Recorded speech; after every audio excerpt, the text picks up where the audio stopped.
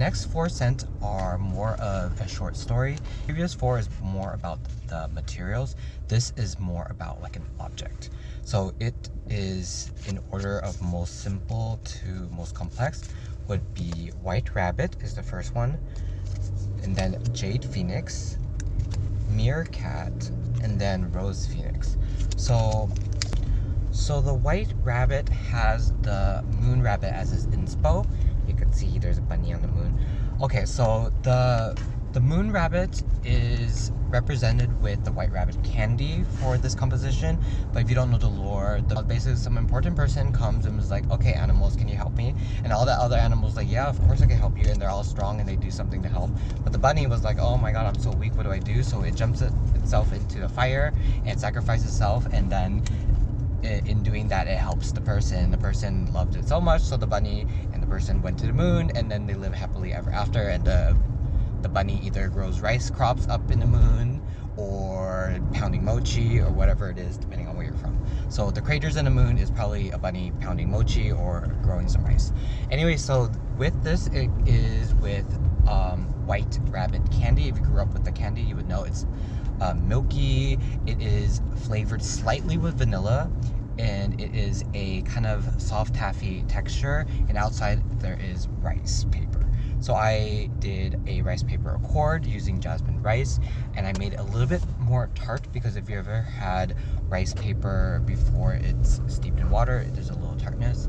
And there is some hay in the background, which goes really well with the tartness. There's carrots. Some people say there's a lot of carrots. I like the inside baby carrots kind of smell. It's a little bit sweeter. And then of course there is milk candy. So the milk candy is very, very nice. I ordered white rabbit candy and ate it for like a month to study this, but this is very happy bunny with milk, basically. Next would be jade phoenix. Jade phoenix is all about yaosan, or the green medicinal oil. That is an accord of usually with wintergreen, a little bit of eucalyptus, and then the one that my family uses has a tiny bit of rose in it, and that is what I amped up. So it opens up medicinal and green for about 10 to 20 minutes, and then it settles into a rosy, airy kind of feel, and then goes into a sweet traditional frankincense resinous amber. So this is supposed to smell like a golden bird soaring straight up to the sky, and then kind of glistening green aura. That was my inspo for this. So I wanted it to be regal. I wanted to feel reliable, because that's what I want to associate with the yaosan smell. So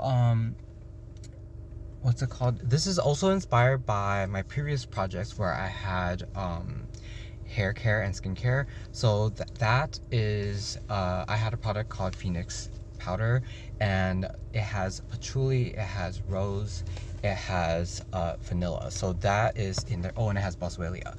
So those are all in this for that reason, because I wanted to transition my idea of scent, but I also wanted to transition my life choices, my career.